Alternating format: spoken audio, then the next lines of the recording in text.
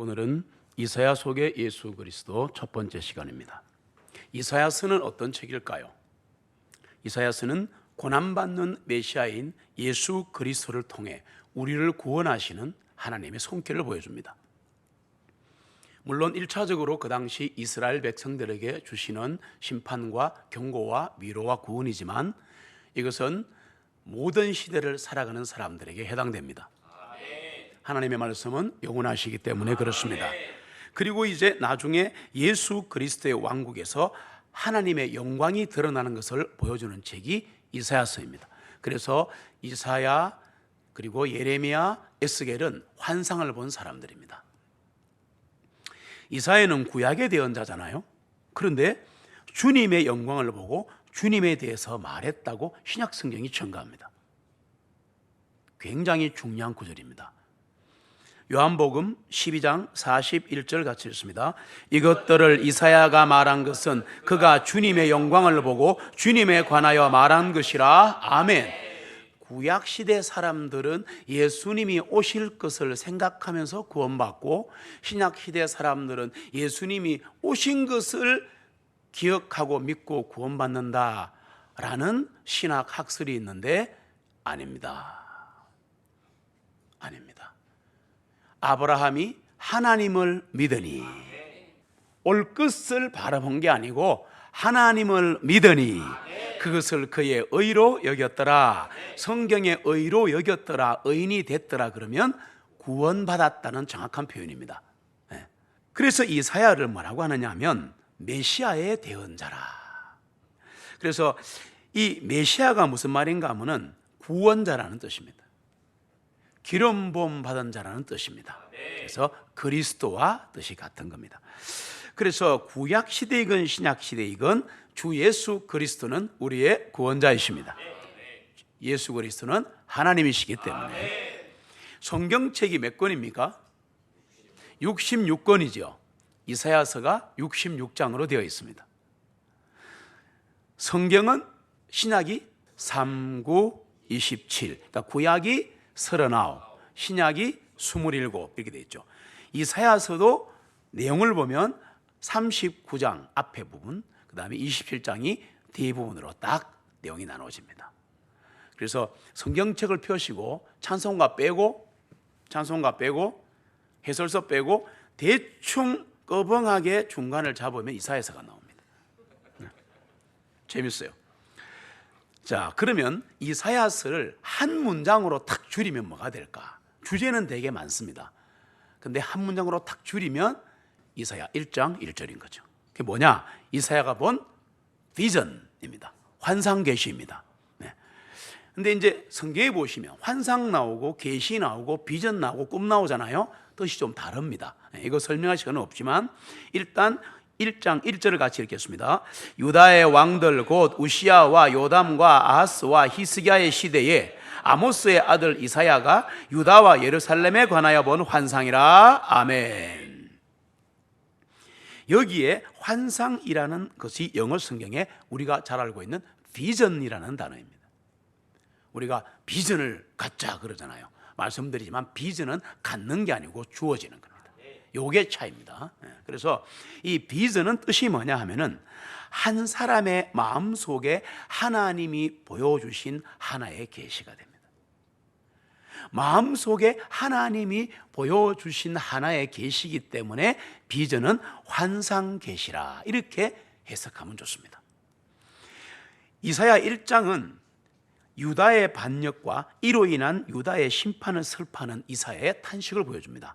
유다의 죄에 관해서 보여주는데, 그리고 심판을 보여주는데, 성경 역사를 보시면 하나님께 불순종할 때마다 하나님의 백성과 하나님의 사람에게는 엄중한 심판이 임합니다. 우리는 심판이 없다고 생각합니다. 그렇지 않습니다. 이사야 1장 2절로 4절 같이 읽습니다. 오 하늘들이여 들으라, 오 땅이여 귀를 기울이라. 이는 주님께서 말씀하시기를 내가 자녀들을 양육하고 길렀으나 그들이 나를 대적하였도다. 소도 자기 주인을 알고 나귀도 자기 주인의 구유를 알지만 이스라엘은 알지 못하며 내 백성은 깊이 생각하지 아니하는도다. 아 죄 많은 민족이요 죄악을 짊어진 백성이요 악한 자들의 시요 부패한 자손이니 그들이 주를 버렸고 그들의 이스라엘의 거룩한 일을 분노하게 하였으며 멀리하고 물러갔도다. 아멘. 잘못에 대한 하나님의 심판은 여러분 피할 수 없습니다. 그러나 심판을 피할지 말지는 자신에게 달려 있습니다. 이거 굉장히 중요합니다. 우리가 하나님께 범죄하고 가정이 범죄하고 나라가 범죄했죠. 그러면 이 하나님은 무조건 심판하십니다. 사랑의 하나님이시면서 공의의 하나님이시기 때문에 공의에 벗어나면 하나님의 진노가 임하는 겁니다. 그런데 이 심판을 피할지 말지는 개인에게 달려있다. 그 민족에게 달려있다는 겁니다. 사람은 자신의 선택에 따라 그릇된 길로 행합니다. 성경에 보시면 이사야서에 사람은 각자 자기 길로 간다 그렇게 되어 있어요. 또 바른 길을 행하는 것도 자신에게 달려 있어요. 그래서 여호수아처럼 나와 내 집은 오직 주님만을 섬기겠노라 라는 것은 선택이에요. 이것을 유식한 말로 free will, 자유의지라 그렇게 말합니다. 그냥 의지라 그렇게 말합니다. 그래서 정해진 운명 따위는 없다. 그래서 정해진 운명은 없는데 사람이 돌이키지 않으면 하나님의 작정한 판결이 집행된다는 거, 이건 아셔야 합니다. 성경 말씀이에요. 하나님의 생각은 사람의 생각보다 훨씬 높습니다. 하나님의 길은 사람의 길보다 훨씬 위에 있습니다. 하늘이 땅보다 높음처럼 높으십니다. 그런데 하나님은 결코 우리와 다투시지 않습니다. 잽이 안 돼서 그렇습니다. 대신에 하나님은 우리와 딱 하나 싸우시는데 우리의 의지와 싸우십니다. 그래서 이 의지가 복종되는 순간 구원되거든요. 그러니까 의지와의 싸움이에요. 이거를 철학자들이 초인사상 이렇게 말하는데 그걸로 가지 마시고 성경으로 오셔야 돼요. 하나님의 영이 어떤 사람 안에 역사하시잖아요. 그러면 그 사람은 하나님과 다투지 않고 하나님 뜻이 이루어지도록 자신을 내어 드립니다. 그래서 성령이여 임하소서라고 하셔야 되는 거예요. 조심할 게 하나 있는데요.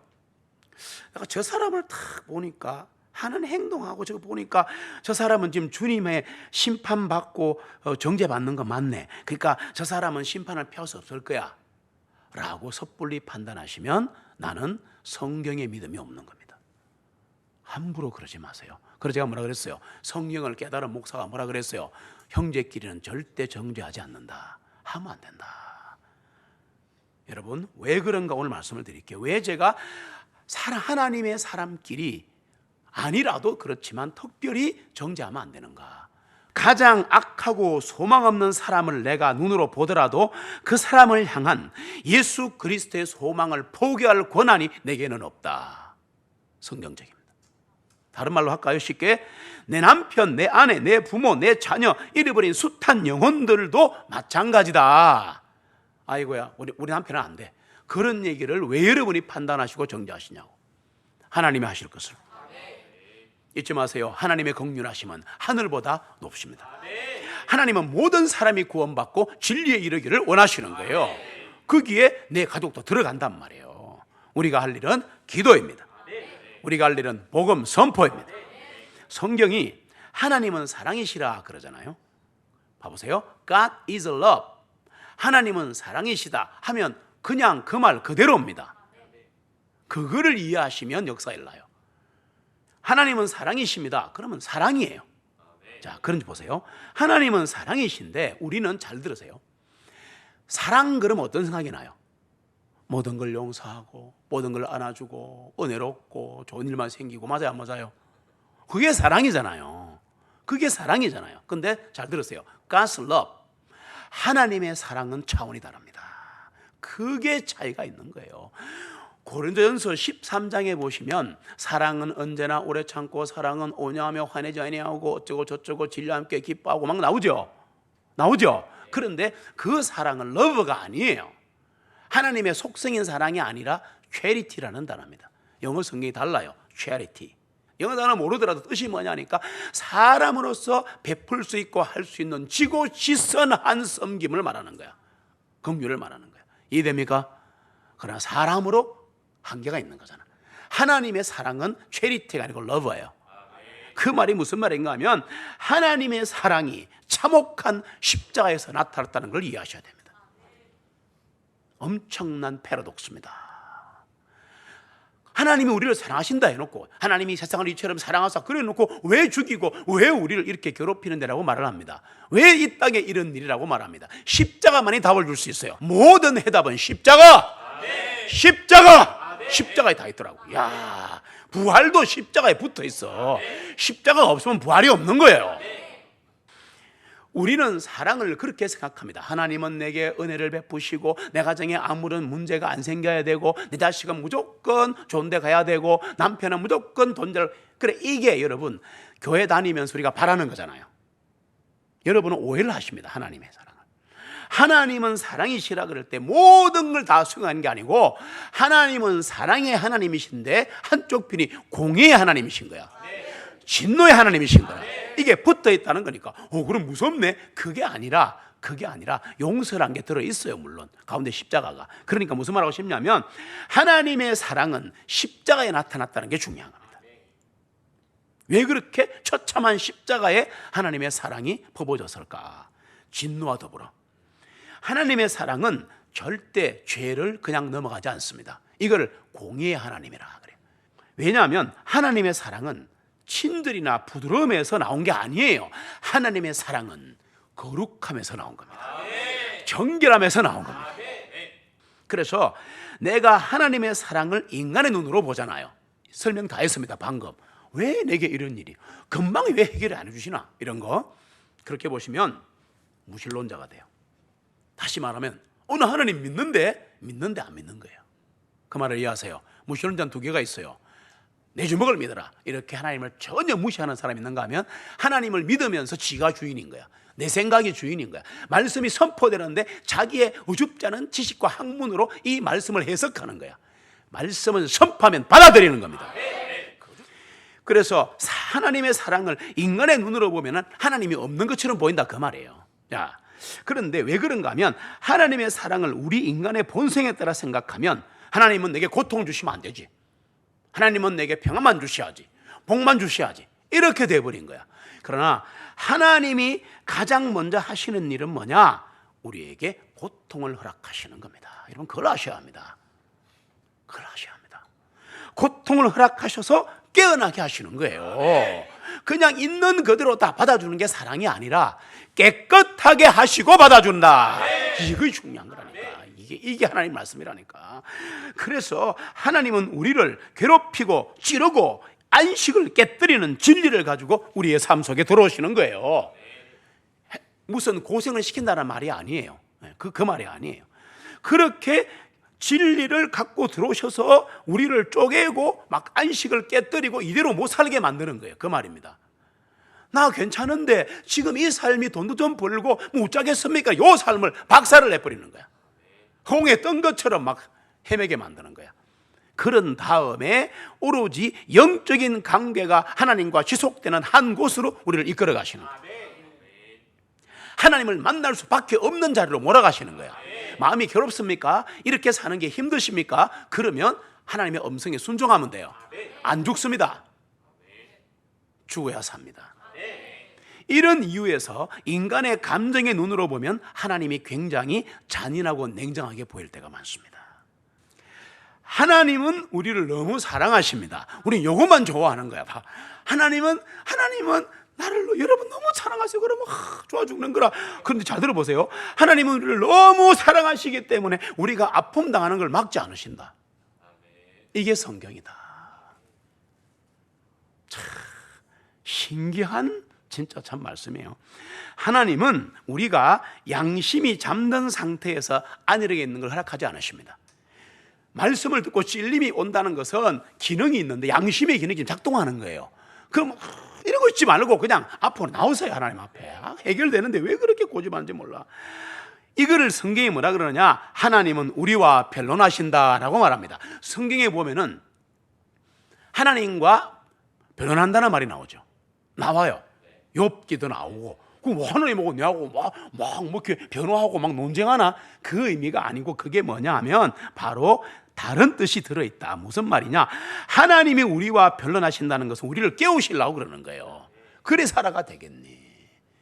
욥아, 그리스도 둘러매고 딱 매고 똑바로 서봐라. 내가 세상 창조할 때 네 어디 있었어?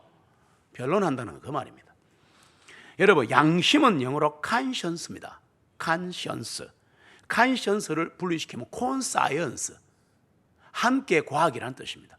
과학이 나오네? 그 뜻이 아니에요. 원래 사이언스란 말은 know, 알다란 뜻입니다. 그래서 conscience라는, 양심이라는 단어는 콘사이언스, 함께 안다란 뜻인데, 뭐라느냐, 내가 무엇을 하고 내가 범죄를 하고 내가 섬김을 하면 하나님이 아시고 내가 안다. 그게 양심이란 거예요. 그래서 떨리는 거예요. 그냥 떨리는 거예요. 이사야서 1장 18절을 보시면 같이 읽습니다. 주가 말하노라, 이제 오라, 우리가 서로 변론하자. 비록 너희 죄들이 종색 같을지라도 눈같이 희게 될 것이요 진홍색 같이 붉을지라도 양털같이 되리라. 아멘. 이 변론은 양심이 들어있다는 것이에요. 성경에서 니하고 내하고 하나님이 변론하자 그러면 네 양심이 지금 깨끗하니? 가책 없나? 라고 말씀으로 물으시는 거예요. 이해됐습니까? 이제 변론은 하나님하고 싸운다는 게 아니에요. 그래서 이렇게 하신 후에 1장 18절처럼 변론하신 후에 우리 양심을 깨끗하게 하는 것을 허락하시는 거예요. 구원이 뭔가 하면 하나님의 은혜로 죄 씻음 받는 겁니다. 다른 얘기 하지 마세요. 그런데 다른 말로 해볼게요. 마음의 핏부림을 받아 양심이 깨끗해지는 것을 구원이라고 한다. 히브리서 10장 19절과 22절 같이 읽습니다. 그러므로 형제들아, 예수님의 피에 하여 거룩한 지성소 안으로 들어가는 담대함을 얻었나니, 우리가 마음의 뿌림을 받아 악한 양심으로부터 벗어났고 우리의 몸이 정결한 물로 씻겼나니, 믿음의 충만한 확신 가운데서 진실한 마음으로 가까이 나아가자. 아멘. 악한 양심으로부터 핏부림 받아 벗어난 거예요. 양심의 핏부림 받으면 깨끗해지는 겁니다. 이것을 다른 말로 구원이라. 그래서 구원은 양심과 직접 관련이 있다. 사람의 양심까지 하나님의 사랑이 계시된다. 사람의 양심까지 하나님의 사랑이 드러난다. 이것을 거부하면 이 구원 교리는 가짜 교리입니다. 하나님이 예수 그리스도의 속지 않은 보혈을 통해서 우리에게 주신 정결의 장소가 하나 있습니다. 그게 뭐냐 하면 중보기도입니다.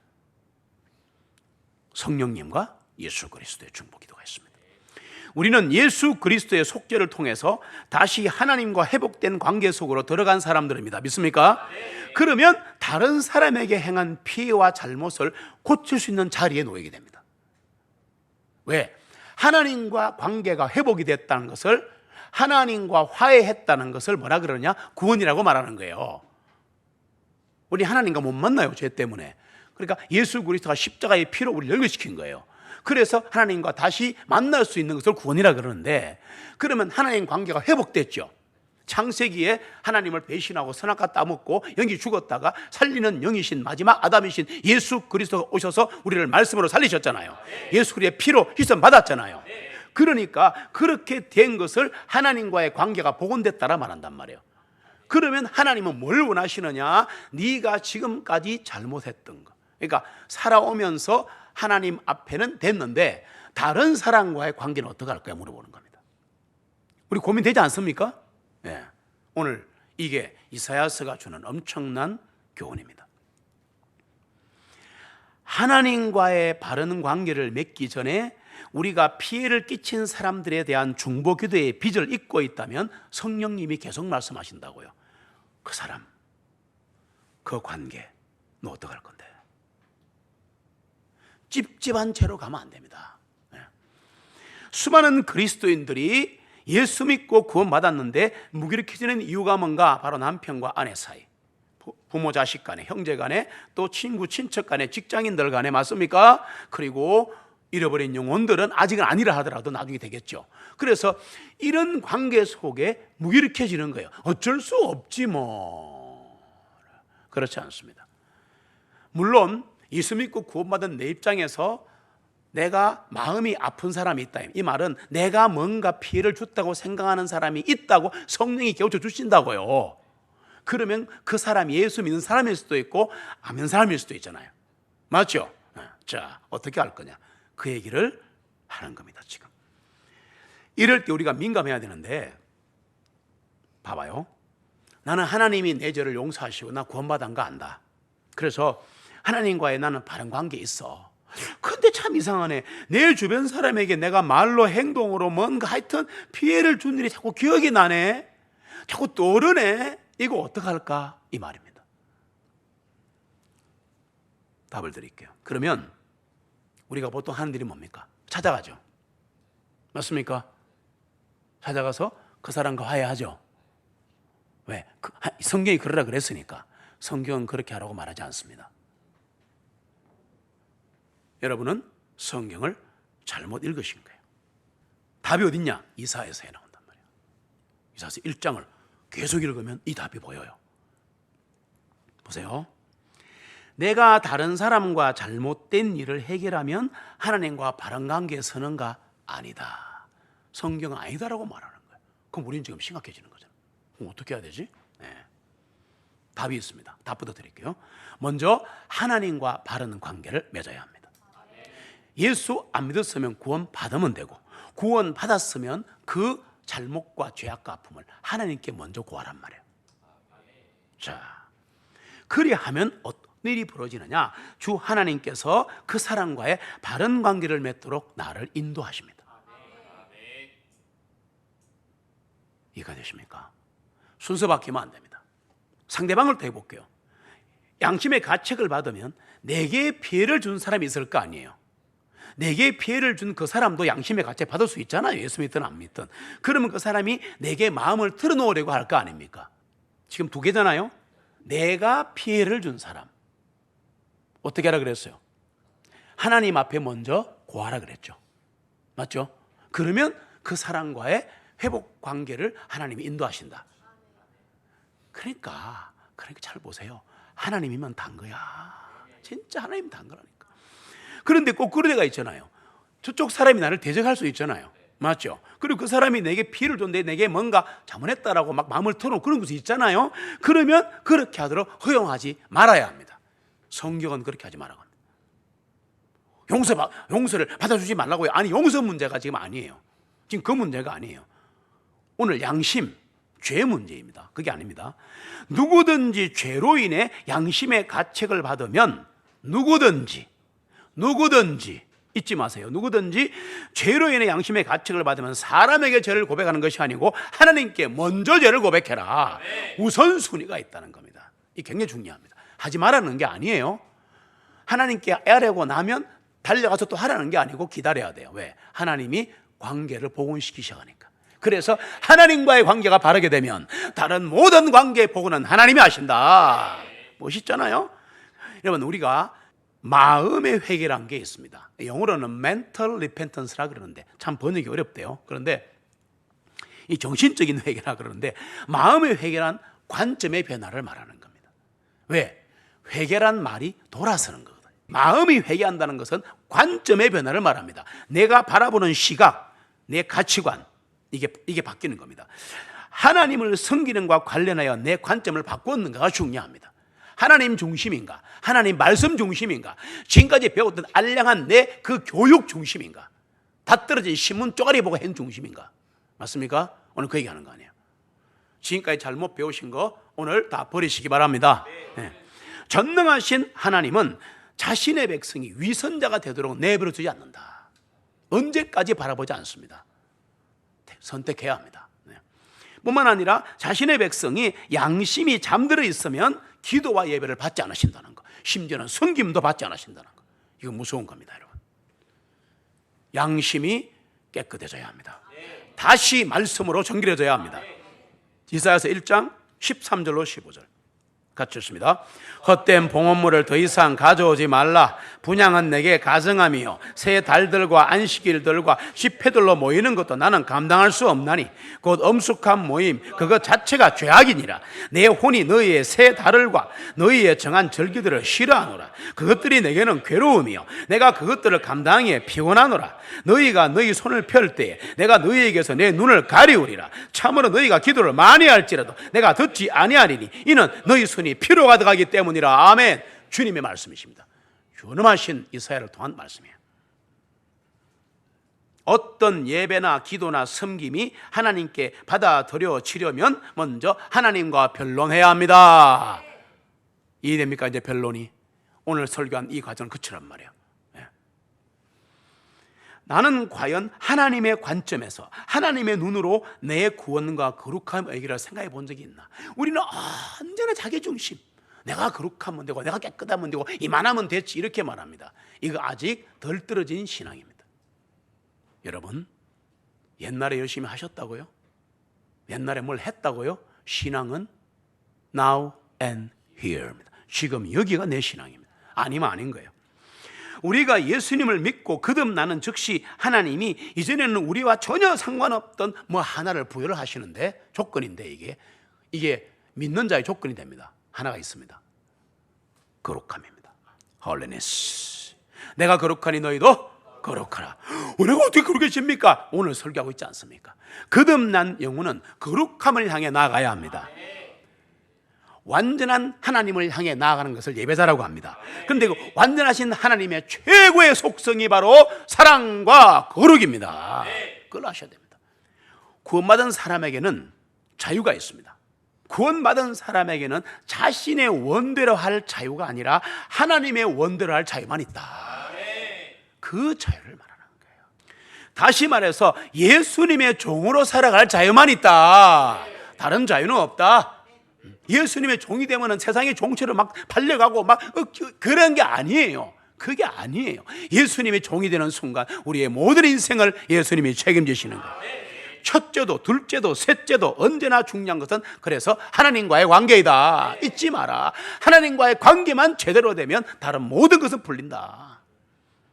현대인은 남에게 지은 범죄를 주목합니다. 댓글이라든지 요즘 많습니다. 그런데 우리가 다른 사람에게 행한 죄는, 잘 들어보세요, 모두 하나님께 지은 죄다. 세상 사람들은 니는 네가 지었고 나는 내 죄를 지었고 나는 네한테 지었고 니는 내한테 지었고 막 따지가 법이 나온 거예요. 맞아요? 안 되면 법에 가자 이렇게 가잖아요. 아버지 아들도. 그런데 성경은 그렇게 말하지 않습니다. 예수 믿고 구원받은 사람, 아니 구원 안 받은 사람도 마찬가지인데 몰라서 그렇고, 그러면 한정시킵시다. 예수 믿고 구원받은 사람은 지은 죄는 전부 하나님께 지은 죄다. 그걸 아셔야지. 그걸 아셔야지. 요셉이 보디발의 집에 끌려가가지고 그 아내가 이 요셉이 준수하니까 동침하자라고 하자 나중에 거절하면서 한 말이 뭐예요? 내가 하나님께 죄를 지을 수 없느니라. 놀라운 말을 합니다, 여러분. 누가복음 15장 18절로 갑니다. 아버지를 떠났다가 다시 돌아오려고 하는 탕자의 유명한 이야기입니다. 같이 읽습니다. 내가 일어나서 내 아버지께로 가서 아버지에게 말하기를, 아버지, 내가 하늘을 대적하여 아버지의 눈앞에서 죄를 지었사오니. 아멘.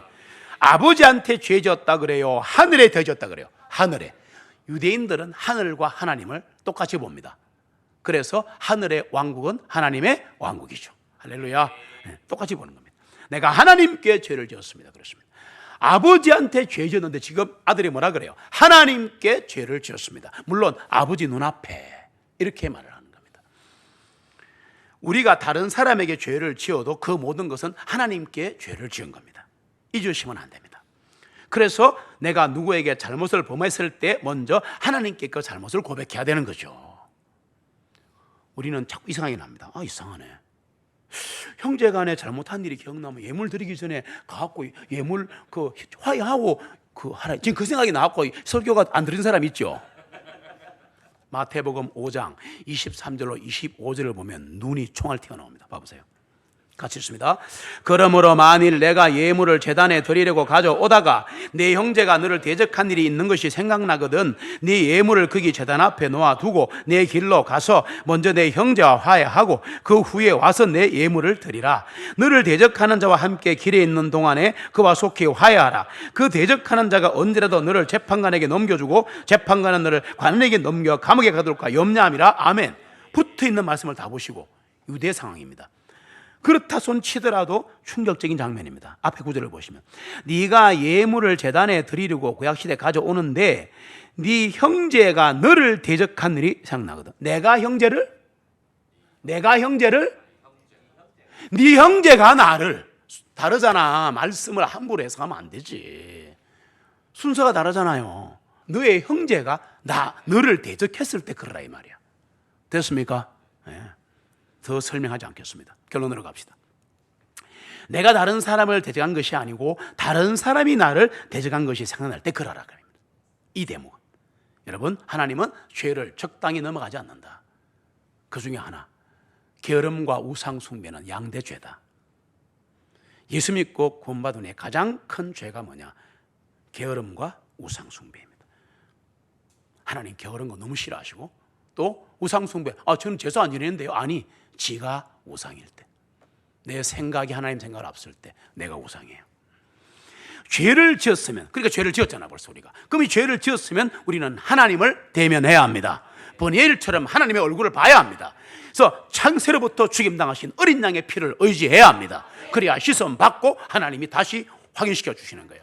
성령님은 그 어떤 것도 어떤 사람도 주 하나님 외에는 우리의 피난처가 될 수 없음을 깨닫게 하십니다. 우리의 죄를 통해서, 우리의 잘못을 통해서 우리는 언제나 전능자의 그늘 아래 거해야 합니다. 위대하고 높으신 하나님의 빛 가운데로 행하면 우리는 하나님과 바른 관계에 설 수 있습니다. 그럴 때 모든 사람과의 관계도 바르게 하시어 주시는 겁니다.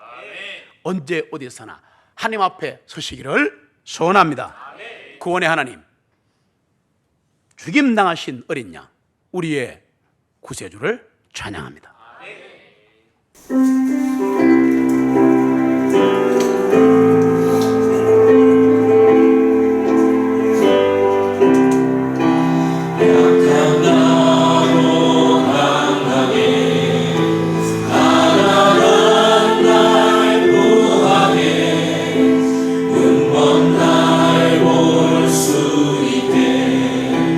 주에게 행하셨네.